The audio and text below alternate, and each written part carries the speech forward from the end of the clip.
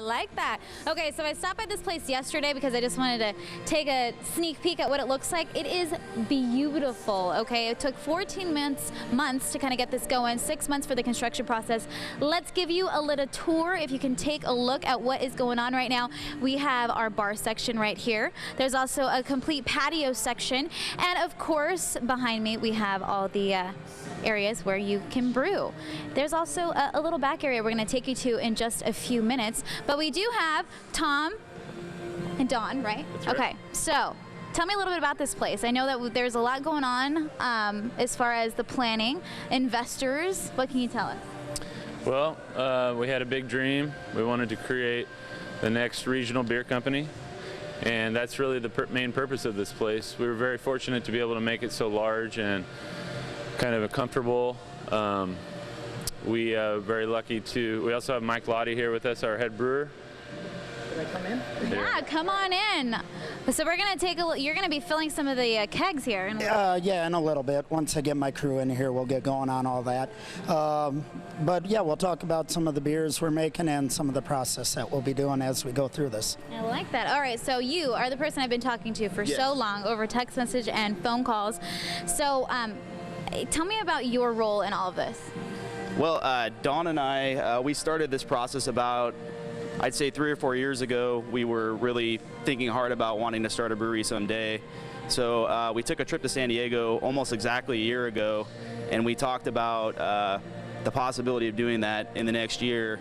We had this location, which happens to be the old home base building, which is right off of Buck Owens Boulevard.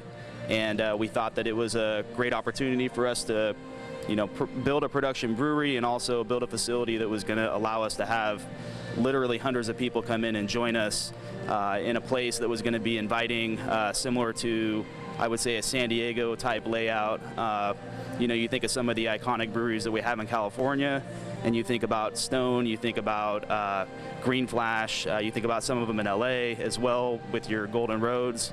So Temblor, we want to be on that same level from both a beer production and flavor, but also in terms of environment where it's very inviting. This is a place where anybody can come. You can come with your family, you can come with your just your beer drinking buddies and enjoy some of our great beers. Now, Temblor, who came up with that? And there's a history behind it too, right? Are you taking it? You taking it? I'll take it. A good friend of ours, Garth Corrigan, actually suggested the name. It's the mountains on the west side of Kern County that don't get a whole lot of attention. Temblor is Spanish for earthquake, and the San Andreas Fault runs along those mountains. Okay. So we wanted to run with the being in California, the earthquake theme. In addition to later we've added music heavily to the theme and some of the beer names. I like it. All right, so we're going to be here all morning. I know it's normally we do New Business Monday, and it's not Monday. Aaron's actually going to be out of town on Monday, so I have to fill in for him and do weather. But check this out. So when you order your food, this is one of my favorite things about this place. You get it in here with a little number, and you bring it to your table. We're going to be brewing and showing you a lot more from Temblor. Am I saying it right? I should know this. I speak Spanish. This is crazy. We're going to have more here. It's right next door to Crystal Palace, too, by the way, and right behind or in front of, depending on how you drive over here, Rush Air Sports as well. But right now, back to you guys. All right, Kalina, thank you. And I was going to ask you if food was involved. So you kind of saved it. Yes. Maybe you can kind of talk about the menu next time, because I always like food, and I think people out there like food too. All right, I got you. Thanks. So this is a big reveal. Check it out. Look at the space. It is enormous. So this is right next door to Crystal Palace. So if you've been driving around the area, you see a lot of construction going on here. This is why. And actually, I think Erin mentioned this earlier. She wanted to see the menu. So in case she's in there with you, I have the menu right here. We're going to be previewing some of the dishes in just a little bit. So stick around for that. But right now, we're talking about beer, brewing, and we're learning all of the basics. So they emphasize safety here, as you can tell. And I just wanted to sport their hat because they have merch here too. That's right, Tom? Yes. Actually, so the first thing we want to show you real quick, we have a pretty fantastic new technology. This is it's a can filling technology that was designed by Oscar Blues, and what it does is you can come in to us and say, I want to try one of your beers and I really like it, and I want to take that beer home. Well, we actually have cans that we can fill and cap ourselves for you to take the beer home. So, you know, we have a lot of... Wait, it seals at the top too? Yep. That's correct, yeah. So you can take that home with you. It'll last in your refrigerator probably up to a month. The only thing that will affect this beer would be oxidation. So your typical screw-on cap for a growler, it doesn't last very long simply because, you know, it's a screw-on top, so you're releasing CO2. This is an actual can that's going to last, you know, pretty much like any other can. So it's a pretty phenomenal technology, and we're excited to have it. We're probably one of the first breweries that has this particular device. So how many beers are we going to have here? That's a great question. So we'll have 8 annual beers. Those are going to be definitely a wide range of different styles, European styles, obviously California styles, your IPAs.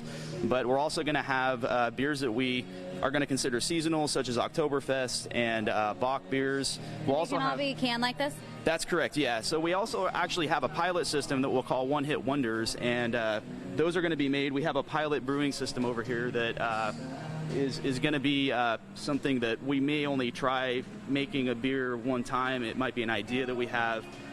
Some of those may turn into annuals, but you know, it just depends. So we're going to take a little sneak peek at that when we come right back, because we already ran out of time. But don't worry about it, because we're going to have more from this brewing company, Temblor, the brewing company. Stick with us. We'll have more when we come right back. There really is a lot going on, and we have this guy Thomas here. He's doing this live painting for us this morning. Now, I saw him yesterday when I stopped by this place, and I just thought this was so cool that he was doing it. And before, this tree wasn't even here. It was just the mountains, and he finished this. And how long did it take you to do the tree? I've been on about 4 hours now. 4 hours. Oh my goodness. Okay, so what else are you planning on adding to this? I'm gonna put the same thing on the other side to make it more symmetrical, and I think we're adding some crystal cups in here. I like it. You're so good. Okay, keep it up.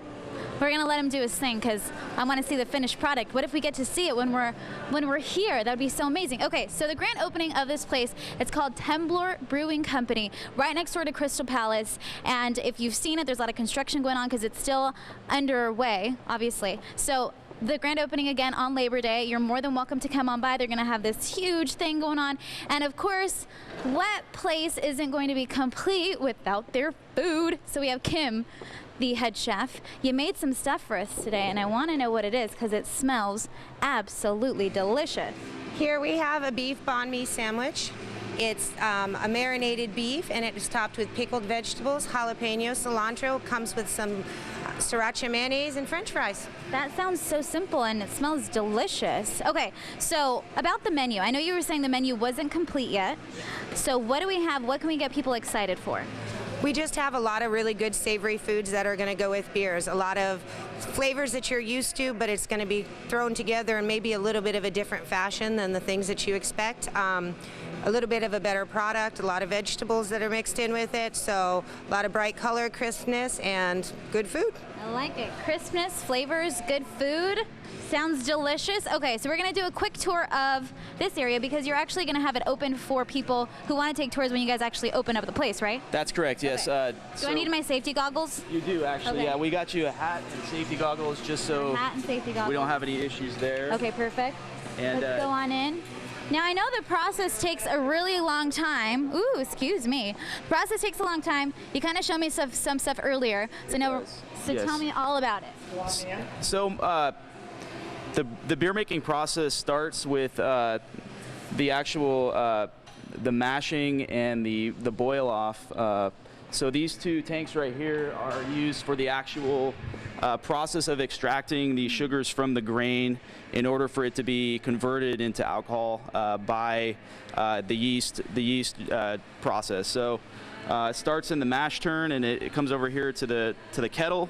How big are these things? So these are roughly 24 barrels, which, to put in perspective, barrels about 30 gallons. Okay. So you know, it's a pretty voluminous tank, and so from these tanks, it actually comes over to a fermenter.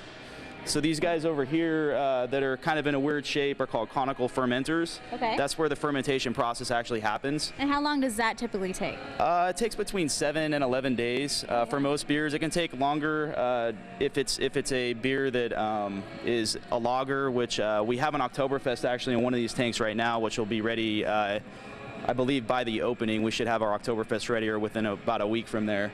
So what are these tubes coming out into the bucket? What are they putting in there? That's a great question. So can we walk? Is there something going on in there? We can walk through. We'll just watch your step. So this one recently, we did this batch over the last. Oh, it's bubbling. Come take a look at this. I don't know if you can. Do you have room? Yeah. Right. So right now this is gassing off. So when the yeast actually is eating the sugar water, it produces CO2 during that conversion process. So that's one of the byproducts along with the conversion to the beer. That is so cool. So and the last step of this is from this tank. There's a couple of tanks over this direction that are called bright tanks. We have a lot going on here. Just keep in mind, when people are jumping out of the shot, it's because they're under construction. They're just looking at everything underway. Yeah, people are still working too. We actually are kegging off beers right now. I don't know if we'll get a chance to look at the cooler, but we're pretty full. We're ready for people to come visit us. But in this process, the last tank he was just looking at is actually where you're converting, you're actually adding the carbonation, you're crashing the beer, so you're removing the solids. It's really the finishing process of the beer.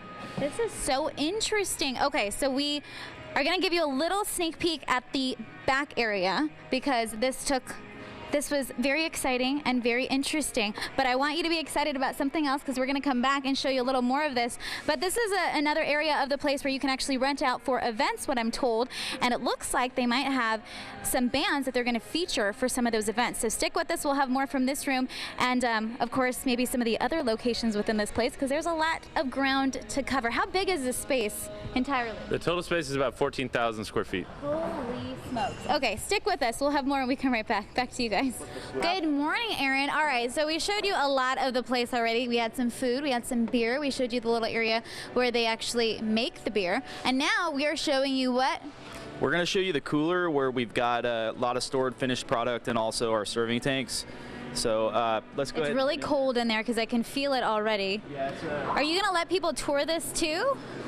You're like, nope, not really. That's a great question. I mean, if you in the middle of the summer, it's probably going to be part of the tour just because it's pretty nice to come in here when it's on a warm day and you've been outside for a while. It is cold. I have goosebumps on my arms right now. Okay, so how many tanks do we have in here? So we have these 6 serving tanks are going to be 6 of our 8 full-time beers. Okay. The kegs that you see here are finished product. There's only, I think there's 3 beers kegged off in here. Those beers are going to go on tap today at Eureka Burger and Moo Creamery. Oh, wow.